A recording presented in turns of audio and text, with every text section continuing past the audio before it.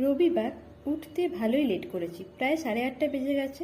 এবার উঠে তাড়া লেগেছে, প্রচুর কাজ আছে। এদিকে মা চিৎকার করছে যে এখনো এত বেলা হয়ে গেল, তুই এখনো ঘুমাচ্ছিস। তাই সকাল সকাল মায়ের বকা খেয়ে ঘুম থেকে উঠে আগে বিছানাটা পরিষ্কার করে নিলাম, তারপরে গেলাম ঘরটা ঝাড় দিয়েছিলাম দোকান করতে, টুকটাক ওই ঘরের নানা রকম মশলাপাতি এইসব।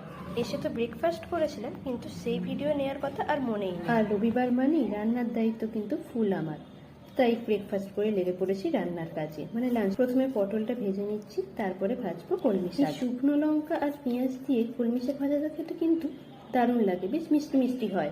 প্রথমেই শাকটাকে একদম অল্প নুন দিয়ে কড়াই ঢাকনা চাপা দিয়ে একটুখানি সেদ্ধ করে নেবো। জল কিন্তু একদম দেবো না, ওই শাক থেকে যে জল বেরোবে তাতেই সেদ্ধ হয়ে যাবে। সেদ্ধ হয়ে গেলে শাকটা তুলে নিয়ে ভালো করে চিপে জলটা ফেলে দিতে হবে। এবার কড়াতে একটু তেল দিয়ে তার মধ্যে শুকনো লঙ্কা আর পেঁয়াজ ফোড়ন দিয়ে শাকটাকে বেশ খানিকক্ষণ ভেজে নেবো, সাথে দিয়ে দেবো কিছুটা পরিমাণ চিনি। বেশ তাহলেই হয়ে গেল। আর এর সাথে ছিল চিকেন, কারণ রবিবার তো চিকেন মাস্ট। লাঞ্চ করতে তো বসলাম, কিন্তু এই প্রথমেই করলা সেদ্ধটাকে দেখেই মনটা খারাপ। একটা পার্সেল এসছে, সেটাই আনবক্সিং করছি।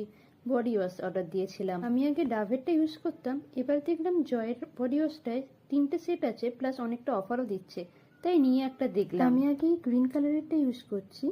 এটা গ্রিন টি আর কোরিয়ান্ডার বেস, স্মেলটা বেশ ভালো। মাঝেই পুজোর ভিডিও দেখাই, কিন্তু সন্ধ্যা দেওয়ার ভিডিও তোমাদের খুব কমই দেখানো হয়েছে, তাই আজ তোমাদের সাথে সন্ধ্যা দেওয়ার ভিডিওটা শেয়ার করছি।